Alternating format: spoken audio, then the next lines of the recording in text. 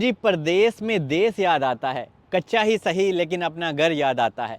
यहाँ पे यूरोप में, यूएसए में, यूके में लोग असाइलम करते हैं और असाइलम रेफ्यूजी होती क्या है और इसके नुकसानात कौन से होते हैं और फ़ायदे कौन से होते हैं। बहुत ज़्यादा लोग क्वेश्चन करते हैं कि यार आसान लफ्ज़ों में प्लीज़ समझाइए कि असाइलम और रेफ्यूजी क्या है और लोग क्यों लेते हैं। जितने आप लोग क्वेश्चन करते हो, कोशिश करता हूँ उसी टॉपिक के ऊपर वीडियो बनाऊँ। तो वीडियो के टॉपिक पे आते हैं कि एक चीज़ आप लोगों को बताने लगाऊँ, फिर आप फैसला करना कि आपको असाइलम रेफ्यूजी करनी चाहिए या नहीं। तो जनाब, वीडियो के टॉपिक पे आते हैं। चैनल को जल्दी से ज़रूर सब्सक्राइब कर लीजिएगा। सबसे पहले आप लोगों को मैं बता दूं कि असाइलम ये होता क्या है, ठीक है। What is asylum? आसान लफ्ज़ों में इसको बोलते हैं आप किसी भी कंट्री में पनाह ले रहे हैं, ठीक है।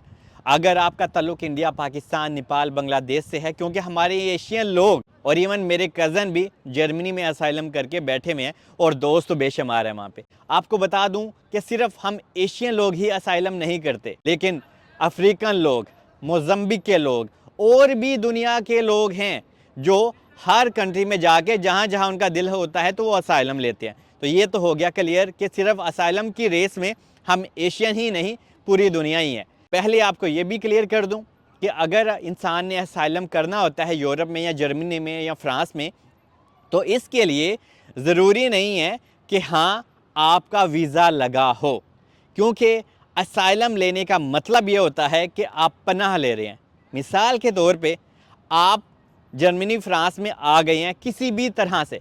बहुत ज़्यादा लोग डंकी लगा के आते हैं, क्योंकि जो लोग डंकी लगा के आते हैं अपने पाकिस्तान, इंडिया के, आजकल जो इंडियन लोग हैं वो सर्बिया तो बाय प्लेन आते हैं, सर्बिया के बाद वो डंकी लगाते हैं। डंकी क्या, वो फिर इलीगल वे से आते हैं, रोड क्रॉस करके, समंदर क्रॉस करके, बीच में कुछ लोग बेचारे मर भी जाते हैं, तो बहुत प्रॉब्लम होती है। और जो अपने पाकिस्तान है, अगर उनका वीज़ा नहीं लगता तो वो भी डंकी लगाते हैं। मिसाल के तौर पे वो पहले ईरान आते हैं, ईरान के बाद वो तुर्की में आते हैं, फिर तुर्की के बाद एक उनको समंदर क्रॉस करना होता है, ग्रीसलैंड में आते हैं, Macedonia, Serbia, Croatia, border to border वो क्रॉस करके। और जो कि ये एक अच्छी चीज़ तो नहीं होती, लेकिन ये वो लोग करते हैं जो लोग पढ़े लिखे नहीं हैं। मिसाल के तौर पे इंडिया, पाकिस्तान में जो लोग पढ़े लिखे नहीं होते, उनको अपना वीज़ा अप्लाई करना नहीं आता, वो एजेंट के पास जाते हैं, फिर भी वो अपना नुकसान कर लेते हैं। तो इस वजह से वो डिसहार्ड होके ये डंकी वाला अपना तरीका अपनाते हैं, ये रास्ता चूज़ करते हैं। तो प्लीज़ डोंट डू डैट। अगर आपने ऐसा किया और अल्लाह ना करे रास्ते में आपकी जान चली जाती है, आप, क्योंकि रास्ते बहुत ख़तरनाक होते हैं और ये जान सिर्फ एक ही दफ़ा मिलती है। लोग जिन्होंने असाइलम करना होता है और जिन्होंने डंकी लगानी है, मैं जितना भी समझा ला उन्होंने नहीं रुकना, ठीक है। लेकिन please don't do that, don't do any illegal things. लेकिन पता नहीं लोग डंकी लगा के भी 40-50 लाख देते हैं। ये नहीं हो करते कि यही 40-50 लाख आप अपनी प्रोफाइल बेटर करें इसमें, तो आप लीगली वीज़ा शेंजन अप्लाई करें तो आपका वो भी लग सकता है। लेकिन लोगों को चाहिए शॉर्टकट, तो शॉर्टकट सिर्फ उन्होंने अपनी जान का खतरा ही समझ आंदा। I don't know why. तो जब एक इंसान जर्मनी, फ्रांस में आ जाता है तो अभी उसने असाइलम करना होता है। तो असाइलम के लिए आपको एयरपोर्ट के ऊपर ही असाइलम मिल जाता है। कुछ ऐसे एयरपोर्ट्स होते हैं जहां पे आपको असाइलम एयरपोर्ट के ऊपर भी मिल जाता है। लेकिन मोस्ट ऑफ द पीपल क्या करते हैं, और अगर आपने असाइलम ही करना है तो मैं आपको रेकमेंड क्या करूँगा, अगर आप वाया प्लेन आए हैं, वीज़ा लेके आए हैं, तो आप एयरपोर्ट से बाहर आएँ तो आप कैंप तलाश करें। अगर आपने जर्मनी में असाइलम करना होता है तो जर्मनी में फ्रैंकफर्ट में अपने कैंप्स हैं, आपको कार्लसरूहे में कैंप मिल जाता है, स्टुटगार्ट के एरिया में मिल जाता है, आपको हैरेनबर्ग में मिल जाता है, आपको बर्लिन में मिल जाता है, डुसेल्डोर्फ में मिल जाता है, और बहुत ज़्यादा स्टड हैं और बहुत ज़्यादा सिटीज़ हैं जो कि जर्मनी में जहाँ पे इनके कैंप्स होते हैं, और वहाँ पे आप लोग जाते हैं और कैंप में ही आपको रहना पड़ता है। और इस दौरान वो आपसे पूछते हैं कि आप क्यों आए। यहाँ पे अभी आपका सारा सिस्टम स्टार्ट होने वाला है, तो आप लोग उनको बोलते हो कि हमारा इंडिया, पाकिस्तान में हमारी जान को खतरा है। होता तो नहीं है खतरा, होता तो सिर्फ खतरा आपको अपने घर वालों से है, क्योंकि इंडिया, पाकिस्तान में अभी हालात ही ऐसे हैं, वहाँ पे इनकम नहीं है, तो यार लोगों के पास कोई दूसरा चारा भी नहीं होता, तो लोग असाइलम करते हैं। असाइलम का मतलब है कि एक पूरा बंदा जो आपके घर में है, जो यहाँ पे करता है ना असाइलम, वो आप लोगों के लिए कुर्बानी दे रहा है। क्योंकि कुछ माँ बाप के भी ख्वाब होते हैं कि यार असी भी अपने बच्चे दी शादी करिए, रे भी यही निक्के निक्के काके शाके देखिए, लेकिन वो बंदा अब जा ही नहीं पाएगा वापस, तो आप काके शाके और एक किस तरह देखोगे, क्योंकि असाइलम जब आप कर लेते हो इसका मतलब ये है कि मेरी जान को इंडिया पाकिस्तान में खतरा है, तो आप वहाँ पे फिर नहीं जा सकते। आप जा सकते हो एक ही कंडीशन में, डिपोर्ट होने के बाद, और अगर आप डिपोर्ट होके जाते हो तो आप 4 से 5 साल के लिए यूरोप में बैन हो जाती है। तो अगर आप बैन हुए तो दोबारा यूरोप की एंट्री होना मुश्किल हो जाता है। तो एनीवे, जब आप कैंप में पहुंच जाते हैं तो चाहे अगर आप सिंगल हैं या आपके साथ आपकी बीवी बच्चे हैं, तो आपसे वो आपकी आईडी या आपका पासपोर्ट पूछते हैं। यहाँ पे आप लोग काफ़ी परेशान हो जाते हैं कि हमें अपना पासपोर्ट देना चाहिए कि नहीं। अगर आप फैमिली के साथ हैं तो दे सकते हैं, ट्राई कर सकते हैं, लेकिन नॉर्मली लोग अपना पासपोर्ट देने से थोड़ा अवॉइड करते हैं, क्योंकि जर्मन में, फ्रांस में, डेनमार्क में डिपोर्टेशन भी होती है, तो लोग थोड़ा सा घबराते हैं कि अगर हमने अपना पासपोर्ट दे दिया तो कहीं ये डिपोर्ट ना कर दें। लेकिन अगर आप उनको ये भी बोलते हैं कि हाँ हमारे पास हमारा पासपोर्ट है ही नहीं या गुम गया है, तो अभी आपका असाइलम हो जाता है। तो आप उनको कहते हो हमारे पास हमारा पासपोर्ट नहीं है, आप उनको मुंह बोल के या लिख के अपना नाम दे देते हो या अपने मोबाइल में कोई फ़ोटो शोटो दिखा देते हो, तो फिर वो उसके बाद आपका आगे प्रोसेस करते हैं। अपने कंप्यूटर या सिस्टम में वो आपकी एंट्री डाल देते हैं और उसके बाद आपको एक पेपर दे देते हैं। उस पेपर में समझ लें कि वो आपकी रजिस्ट्रेशन का पेपर होता है, तो वहीं से फिर आपका टाइम प्रोसेस स्टार्ट होता है असाइलम का। तो अभी आपको वो ये कहते हैं आप कैंप में रहें, खाना पीना फ्री में खाएं, लेकिन आप इस सिटी से बाहर नहीं जा सकते, और जब तक आपको आपका घर में हम ट्रांसफ़र नहीं कर देते, तो आपको फिर इंतज़ार करना होता है कब वो आपकी किराए या आपको एक छोटा सा घर देते हैं या आपको रहाइश देंगे, और इस बीच में आपके 2 से 3 महीने भी लग सकते हैं। और जब आपका असाइलम हो गया और आपकी वो बाद में कहीं पे एडजस्टमेंट करवा देते हैं, रूम शूम मिल जाता है, तो उसके बाद फिर आपका असली काम स्टार्ट होता है। आपको वो काम करने की परमिशन दे देते हैं कुछ एरिया में।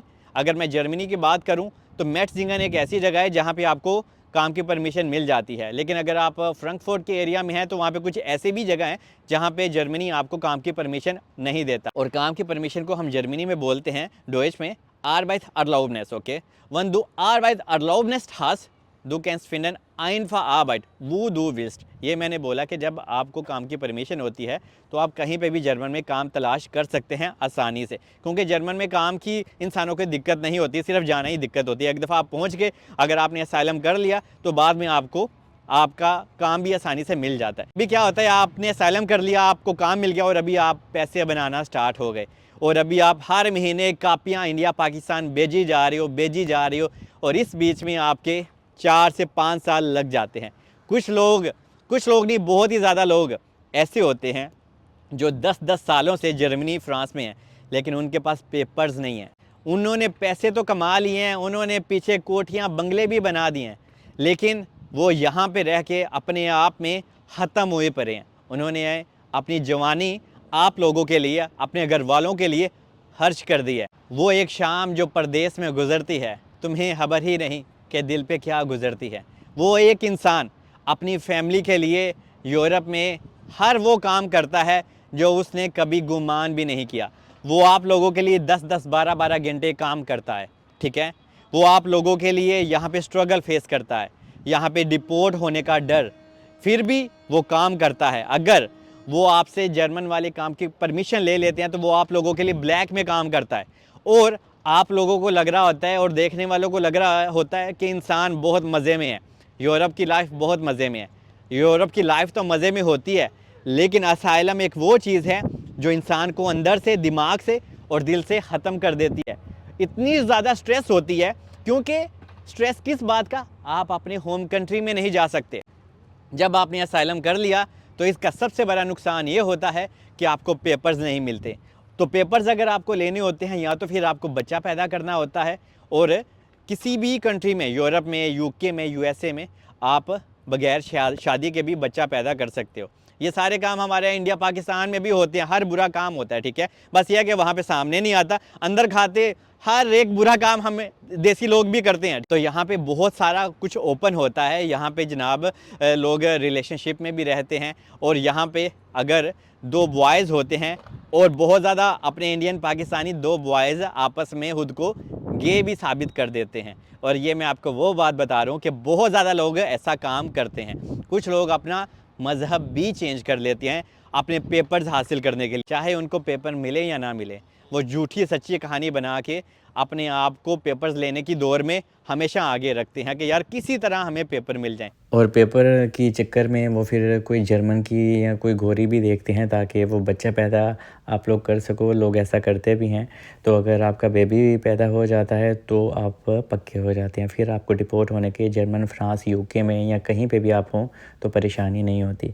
तो इस वजह से लोग हर एक तरीका में कोशिश करते हैं ताकि हमारा केस किसी तरह पास हो जाए। इसलिए असाइलम एक अच्छी चीज़ नहीं है, क्योंकि असाइलम में आपके फिर सालों साल गुजर जाते हैं और बाद में इंसान को पता चलता है कि मैंने अपने घर को तो बना दिया लेकिन अपने आप को मैंने उजाड़ दिया। और परदेश की लाइफ इतनी फिर बाद में इंसान को मुश्किल लगती है ना कि वो इंसान सिर्फ परदेश जोगा ही रह जाता है। तो फिर आप अपने आप को ही कहते हो हमसे मत पूछो घर के रास्ते, हम मुसाफिर हैं ज़िंदगी भर के। और असाइलम का सबसे बड़ा नुकसान क्या होता है कि अल्लाह ना करे आपके घर में कोई अभी नबी हो जाती है तो आप अपने होम कंट्री में भी नहीं जा पाते। बहुत ज़्यादा लोग हैं यहाँ पे जो अपने प्यारों को खो चुके हैं, वो जा ही नहीं पाए। असाइलम एक वो चीज़ होती है कि हाँ भाई आपको स्टार्टिंग में आपको कैंप मिल गया, आपको काम की परमिशन मिल गई, आपने पैसे बनाना स्टार्ट कर दिए, लेकिन 2 ही साल बाद आपको इसके साइड इफ़ेक्ट देखने में मिलने लग जाते हैं। जब आप बार बार अपने घर में फ़ोन करते हो कि हाँ माँ पूछती है कि पुत्र कब आएगा, पुत्र को पता ही कोई नहीं।